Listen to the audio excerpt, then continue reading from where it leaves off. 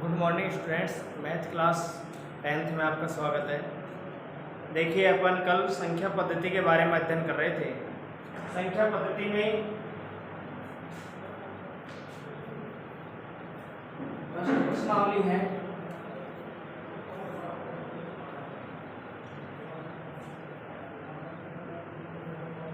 प्रथम प्रश्नावली, इसमें संख्या पद्धति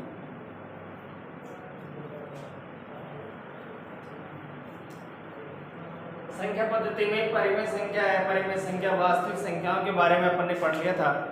अब अपन पढ़ेंगे इसमें कि सम संख्या,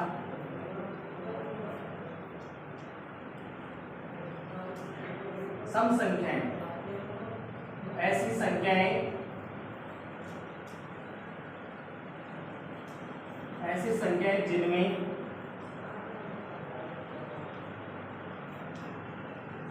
संख्याएं जिनमें दो का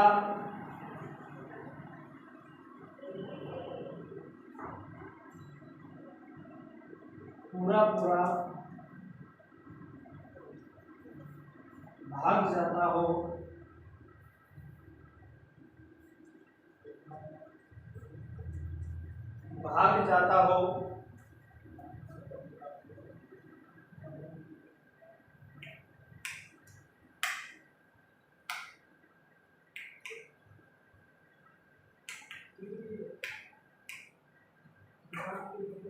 दो का पूरा पूरा भाग जाता हो, सम संख्या कहलाती है। अथवा ऐसी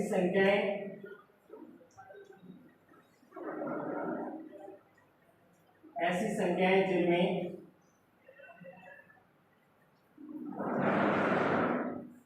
इकाई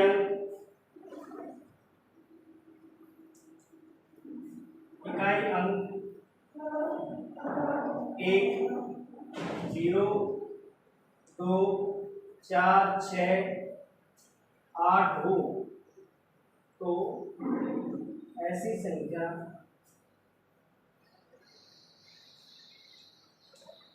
संख्याएं सम संख्या कहलाती हैं। सम संख्या कहलाती है।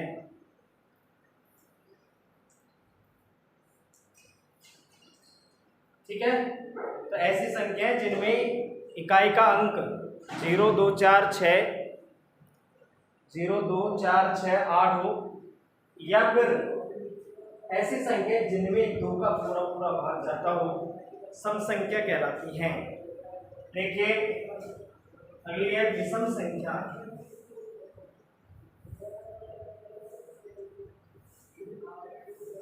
विषम संख्याएं ऐसी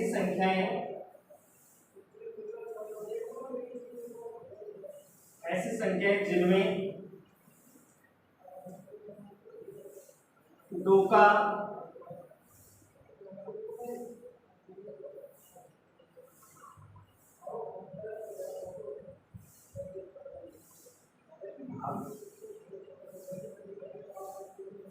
भाग पूरा पूरा भाग जाता है। दो का भाग पूरा जाता हो, या दो का पूरा भाग जाता हो, तो कैसी संख्या होती है? सबसे ऐसी संख्या जिनमें दो का भाग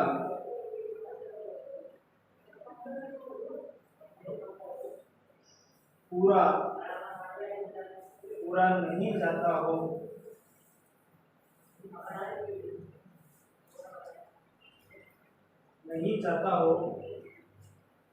विषम संख्या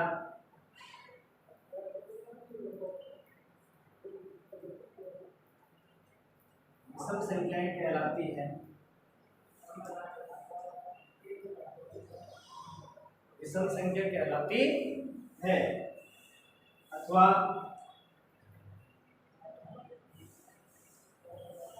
ऐसी संख्याएं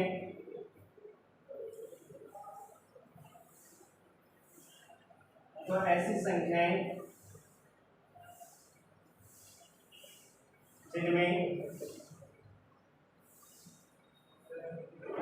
इकाई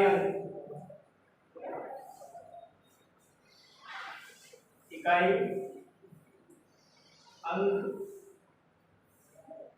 1, 3, 5, 7, 9 हो तो ऐसी संख्याएं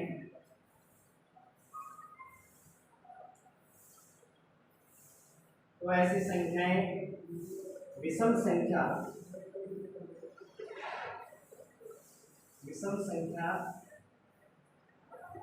कहलाती हैं।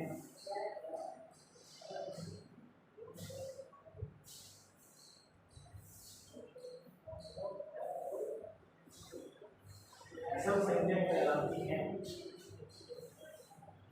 ठीक है।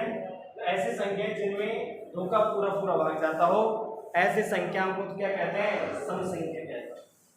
और ऐसी संख्या जिनमें इकाई अंक 0, 2, 4, 6, 8 हो, ऐसी संख्याओं को भी अपन सम संख्या कहते हैं। विषम संख्या ऐसी संख्या जिनमें 2 का भाग पूरा नहीं जाता हो तो वो विषम संख्याएं कहलाती हैं। अथवा ऐसी संख्याएं इस प्रकार से बता सकते हैं परिभाषा, ऐसी संख्याएं जिनमें इकाई अंक 1, 3, 5, 7, 9 हो तो ऐसी संख्याएं क्या होती है? विषम संख्याएं कहलाती हैं। इसके बाद में देखिए भाज्य और अभाज्य संख्याएं।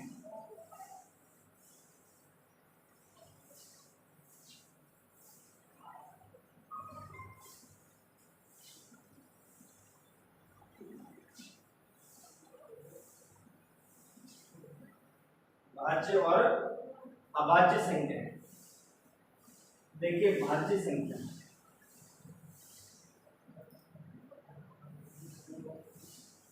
भाज्य संख्याएं ऐसी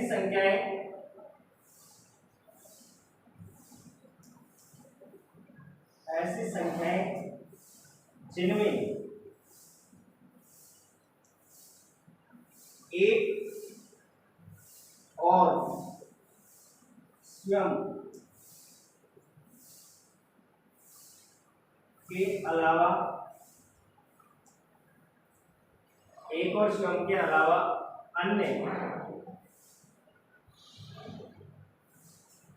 अन्य किसी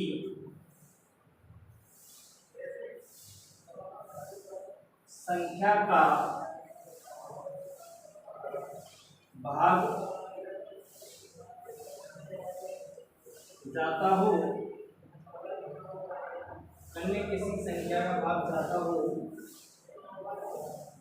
तो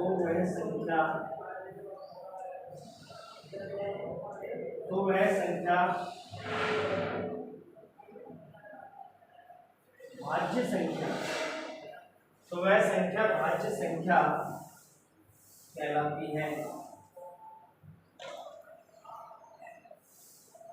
आगे बात सुन लें। ऐसी संख्या जिनमें एक और स्वयं, प्रत्येक संख्या में एक का और स्वयं का भाग तो जाता ही है, इसके अलावा अन्य किसी संख्या का भाग जाता हो एक और स्वयं के अलावा तो वह संख्या क्या कहलाती है? भाज्य संख्या कहलाती है। जैसे छोटी संख्या भाज्य संख्या की बात करें तो सबसे छोटी भाज्य संख्या 4 है। देखिए 4 में 4 का भाग जाता है और 4 में 1 का भाग जाता है, इसके अलावा 4 में 2 का भाग हो जाता है। तो 1 तो हो गया 1 और 4 हो गया स्वयं के अलावा 2 का भी भाग जा रहा है, इसलिए कैसी संख्या है ये? भाज्य संख्या है। सबसे छोटी भाज्य संख्या 2 है, 4। सबसे छोटी भाज्य संख्या कौन सी है? 4 है। 4 है, 6, 8, 9, 10, 12, 2 बहुत सारी संख्याएं हैं। तो सबसे छोटी भाज्य संख्या की बात करी जाए तो वो 4 होगी। अभाज्य संख्याएं देखिए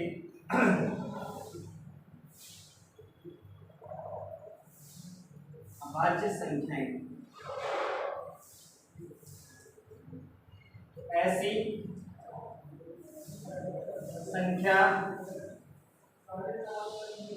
ऐसी संख्याएं जिनमें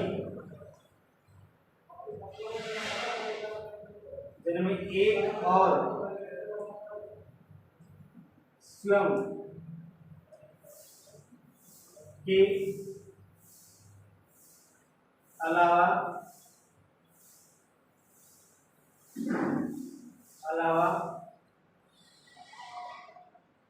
अन्य किसी भी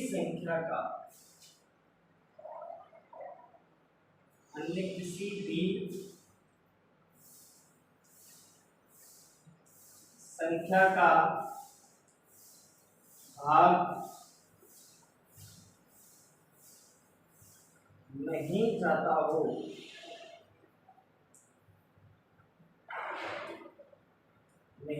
हो, अभाज्य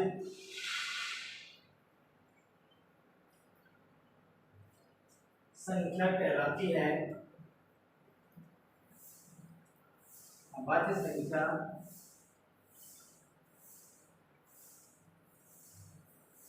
कहलाती है।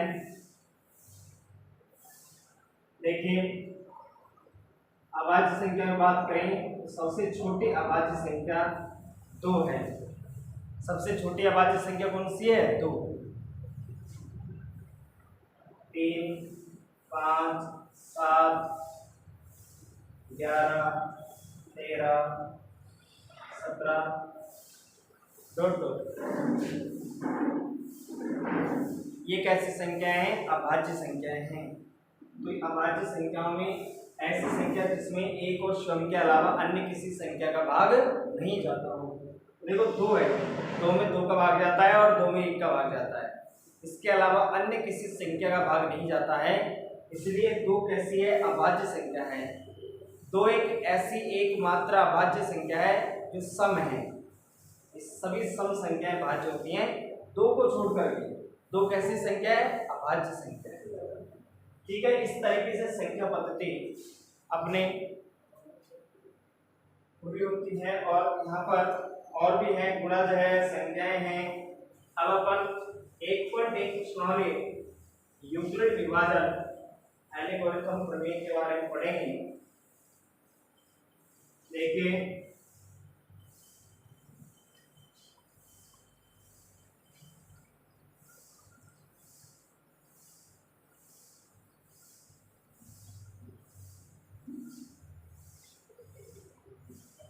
यूक्लिड विभाजन एल्गोरिथम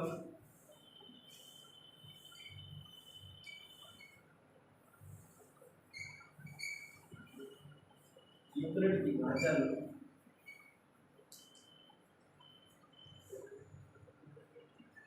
एल्गोरिथम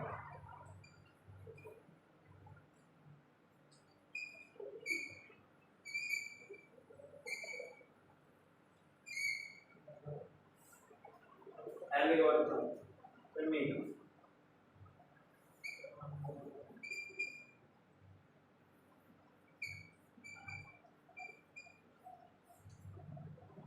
इसकी बात करिए, क्या चीज है? देखिए, सीधी भाषा के तौर पर बात करी जाए एल्गोरिथम प्रमेय की, एल्गोरिथम प्रमेय यह है कि दो पूर्णांक संख्याओं में HCF महत्तम समापवर्तक ज्ञात करने की एक विधि है। महत्तम समापवर्तक ज्ञात करने की क्या है?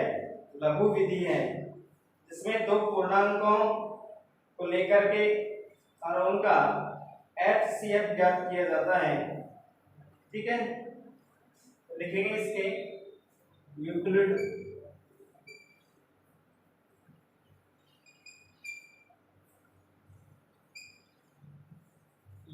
विभाजन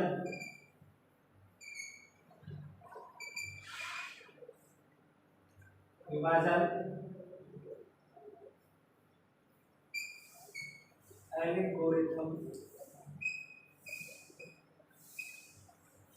प्रमेय एक दो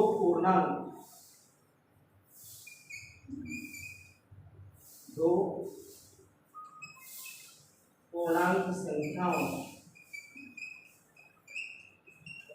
का HCF HCF ज्ञात करने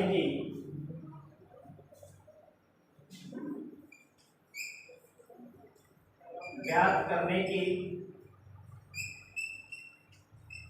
एक विधि है।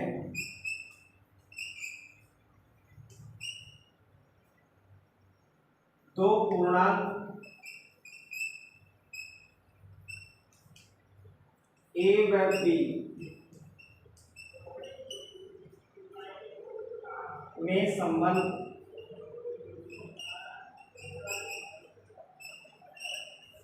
इस प्रकार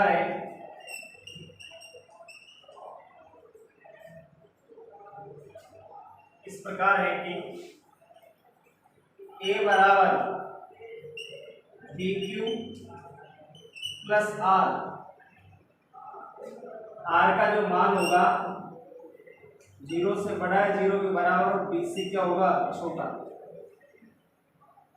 ठीक है, यहाँ पर ये जो प्रक्रिया का उपयोग करेंगे कि A जो पूर्णांक है, A और B दो संख्याएं हैं जिसमें A तो बड़ी संख्या है और B छोटी है, तब A बराबर BQ प्लस R यहाँ पर किसको व्यक्त कर रहा है, शेष को।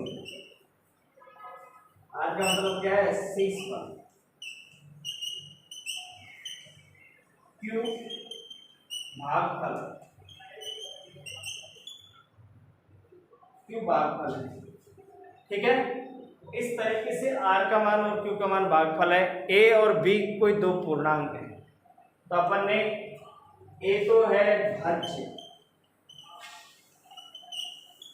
सीधी सी बात हम बात करें, और B है भाजक। ठीक है, तो इससे अपन HCF ज्ञात करते हैं।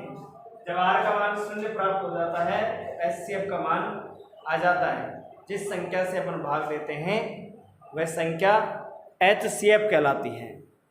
बाद बाकी अपन क्वेश्चन करेंगे तब समझ में आएगा कि यूक्लिड विभाजन विधि से एक ही तात्पर्य है कि एक ऐसी लघु विधि है जिससे अपन HCF परिकलित करते हैं, और A व B यदि कोई दो पूर्णांक हैं तो इस पूर्णांक है तो A दो पूर्णांक A व B का B में संबंध इस प्रकार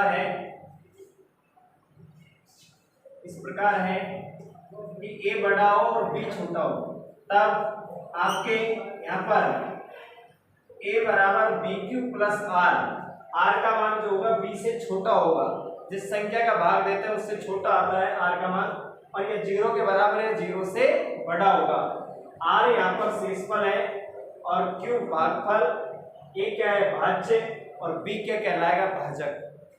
ठीक है, तो ये एक लघु विधि है जिससे HCF प्राप्त किया जाता है। देखिए अपन एग्जाम्पल क्वेश्चन लेकर के देखेंगे। पहला प्रश्न है आपका, इसमें यूक्लिड विभाजन विधि से HCF परिकलित करना है।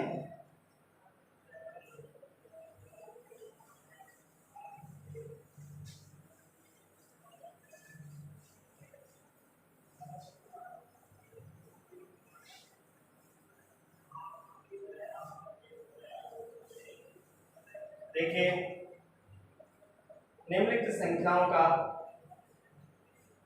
पहला प्रश्न है आपका 1.1 का,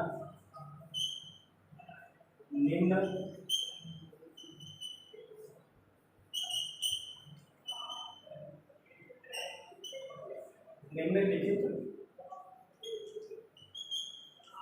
संख्याओं का HCF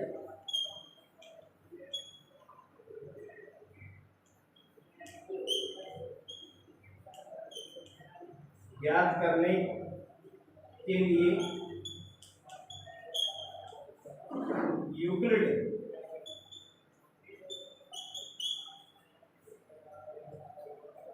विभाजन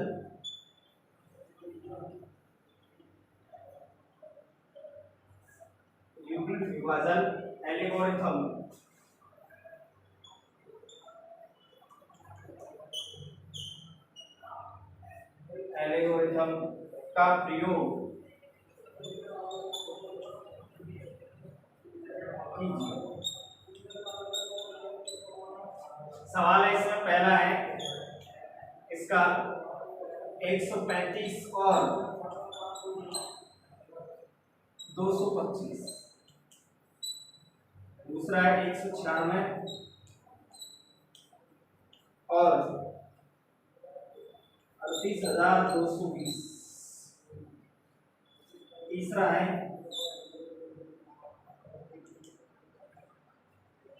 867 और 255। ठीक है, ये आपके प्रश्न है। इनका यूक्लिड विभाजन एल्गोरिथम प्रमेय का प्रयोग करके और इनका HCF ज्ञात करेंगे। तो देखिए, ये कोई अलग से कोई कठिन विधि नहीं है, थोड़ा सा ध्यान देने की आवश्यकता है। जो भाग की जो विधि है, भाग देना आना चाहिए। पहला है 135 तो छोटा है और 225 बड़ा है। पहले को अपन हल कर रहे हैं यूक्लिड विभाजन, लेकिन शॉर्ट में यूक्लिड विभाजन प्रमेय का प्रयोग करने पर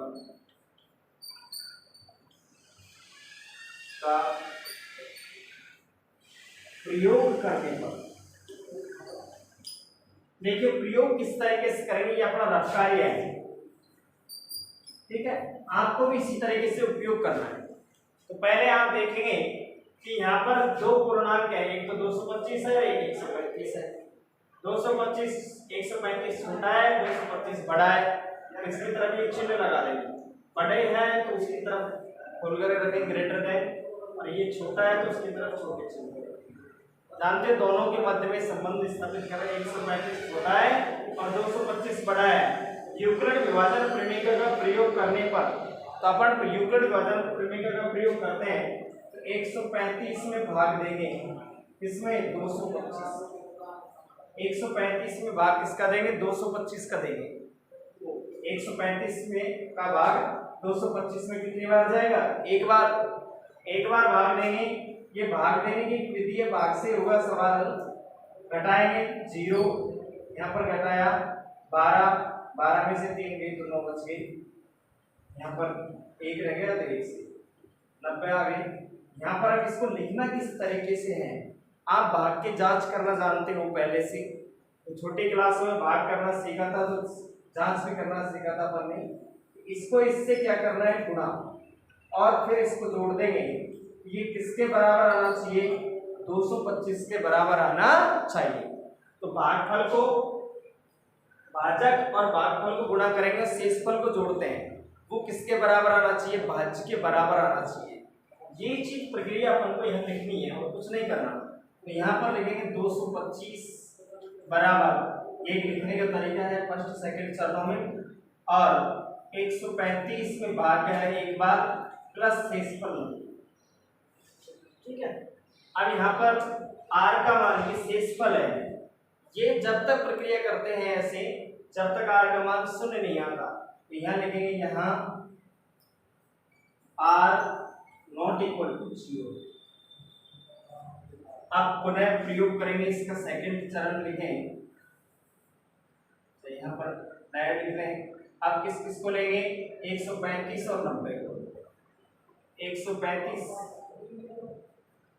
और 9। तो यहाँ पर पुनः यूक्लिड विभाजन प्रमेय का क्या कर रहे हैं? प्रयोग। पुनः यूक्लिड विभाजन प्रमेय का प्रयोग करने पर पुनः प्रयोग करेंगे। अब 90 का भाग देंगे किसमें? 135 में। ये रफ कार्य है, फर्स्ट स्टेप। दूसरा स्टेप लिखेंगे तो 90 का भाग देना है 135 में। हमेशा शेषफल को और जो भाजक है उसको लेते हैं, इसको यहीं छोड़ देंगे। ये इसको और इसको साथ में लेकर के चलना है, ध्यान रखना इस चीज का। दोनों को साथ में लेकर के चलेंगे। ये बड़ी संख्या है, ये छोटी संख्या है। छोटी संख्या का भाग देंगे हमेशा बड़ी संख्या। एक बार जा रहा है, एक बार भाग देते हैं 90। यहाँ पर घटाएंगे 5, यहाँ 13 में से 9 गए तो कितने बचे? 4, 45। तो यहाँ भी शेषफल का मान 0 नहीं है। 90 का भाग 45 में नहीं देना है क्योंकि छोटी संख्या है। इसलिए यहाँ पर लिखेंगे 135 बराबर 90 × 1 प्लस यहाँ r नॉट इक्वल टू 0, यहाँ r नॉट इक्वल टू 0। अब पुनः लेंगे, पुनः किस किस को लेते हैं, अब 90 को और 45 को लेना है, 135 को छोड़ देंगे। हमेशा शेषफल और भाजक दोनों का प्रयोग करना है आगे, और इसको छोड़ देंगे, भाग को छोड़। अब यहाँ पर देखिए 90 बड़ा है, 45 छोटा है, तब पुनः यूक्लिड विभाजन शॉर्ट में लिखेंगे, यूक्लिड विभाजन प्रमेय का प्रयोग करने का, इसका प्रयोग करेंगे तो आएगा 90 बराबर। अब देखो वापस, अब आपको 45 का भाग देना है, इसमें 90, तो भाग कितने बार जाएगा, 45 गुना 90, भाग गया, शेषफल क्या आ गया 0। शेषफल 0 होते ही प्रक्रिया शांत हो जाती है। 45 × 2 प्लस शेषफल 0 देखेंगे, यहाँ r इक्वल टू 0 है, अतः HCF बराबर कितना आएगा 45। जिस संख्या का भाग देने पर 0 प्राप्त होता है वही संख्या क्या कहलाती है, उसका HCF कहलाता है। ये प्रक्रिया अपन बार बार दोहराते हुए चलेंगे। ये आपके तो दो संख्याओं के बीच में HCF निकालने की एक विधि है ये। तो यहाँ पर देखिए कि छोटी संख्या है, ये बड़ी संख्या है, यूक्लिड विभाजन प्रमेय का प्रयोग करना है, लिखेंगे लाइन को। फिर इसके बाद में छोटी बड़ी संख्या है, छोटी संख्या का भाग बड़ी संख्या में देते हैं, उस साइड में आप दे लीजिए, और वहां पर भाग देने के बाद में जो भी भाग की जांच आती है उस जांच को यहाँ पर लिखना है, ठीक है। तो 225 बराबर 35, भाजक को किससे गुणा करेंगे, भागफल से प्लस शेषफल जोड़ देंगे।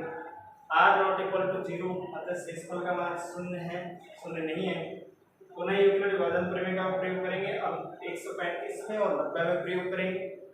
135 और 90 में, तो 90 का भाग देंगे, छोटी संख्या का भाग देते हैं हमेशा बड़ी संख्या में, ठीक है। फिर यहाँ पर भाग देंगे, शेषफल का भाग किसमें देते हैं, भाजक, ये देंगे, इनका दोनों को साथ साथ, इनका करा यहाँ 45 आ गया शेषफल।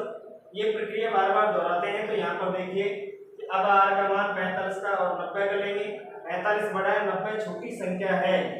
पुनः यूक्लिड विभाजन प्रमेय का क्या करेंगे उपयोग, तो 45 का भाग 90 में देंगे, तो 2 बार जा रहा है, पूरा पूरा भाग जा रहा है। शेषफल का मान क्या आया 0, अतः जिस संख्या का भाग देने पर शेषफल 0 आता है वो उसका HCF कहलाती है। इस तरीके से आप यूक्लिड विभाजन विधि का प्रयोग करें। किताब में आप एग्जाम्पलों को करके देखें, सवालों को करके देखें, संख्या लेकर के देखें, पहले छोटी संख्या लेकर के प्रयोग करें, फिर बड़ी संख्या में सवाल हल करें, ठीक है। अब इसमें कोई भी संख्या लेकर के आप HCF ज्ञात करके देखना है, ठीक है। Thank you.